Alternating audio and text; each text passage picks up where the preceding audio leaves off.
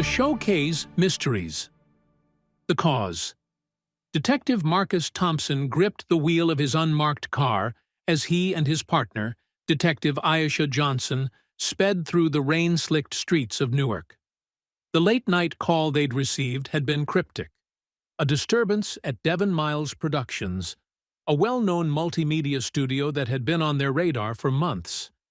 The studio was rumored to be more than a hub for video production.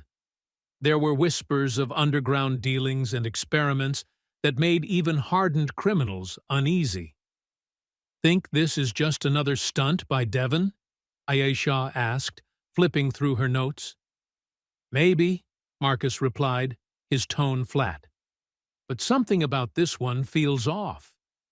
We've been circling this guy for months, and every time we get close, something shuts us down."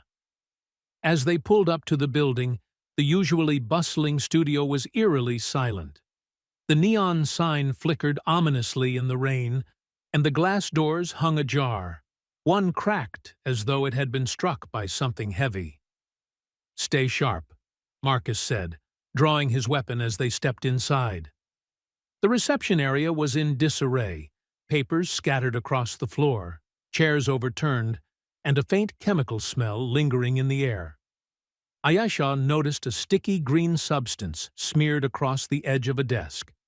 She pulled out a pen and scraped a small sample into a plastic bag. "What is this?" she muttered. Marcus pointed toward the corridor leading to the basement. "Let's find out." They moved cautiously, their footsteps echoing in the empty hall. As they descended the stairs, the faint hum of machinery grew louder, accompanied by muffled voices. At the base of the stairs, they found a locked steel door. Marcus gestured for Eyeesha to cover him as he forced it open with his shoulder. Inside, the scene was unlike anything they'd encountered before. The room was filled with vats of glowing green liquid, shelves lined with vials of the same substance, and monitors displaying data in languages neither detective could understand. A massive symbol was painted on the far wall, a stylized eye surrounded by a web of jagged lines. "This isn't a studio," Eyeesha said, her voice barely above a whisper. "This is a lab." Before Marcus could respond, the sound of boots echoed from the stairwell. They barely had time to take cover before 3 armed men in tactical gear burst into the room. The weapons they carried emitted an eerie green glow, much like the chemical vats.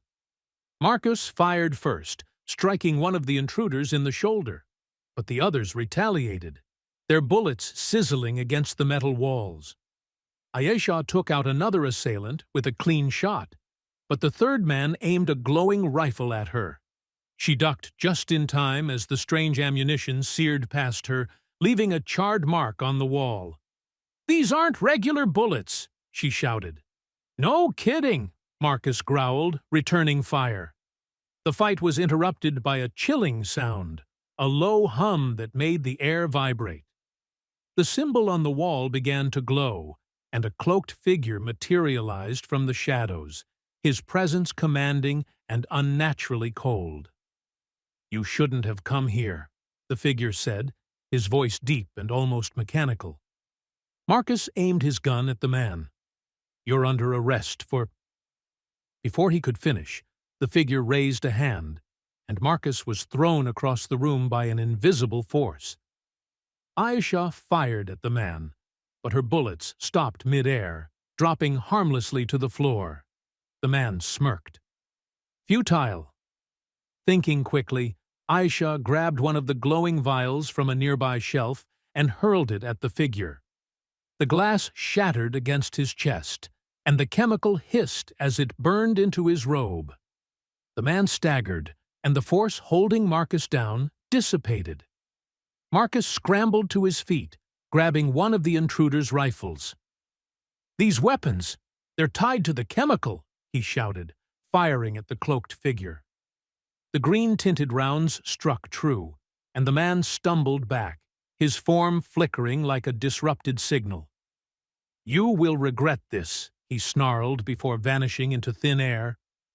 The ground began to shake, and from the cracked concrete floor emerged a monstrous hybrid of plant and machine, pulsating with the same green glow.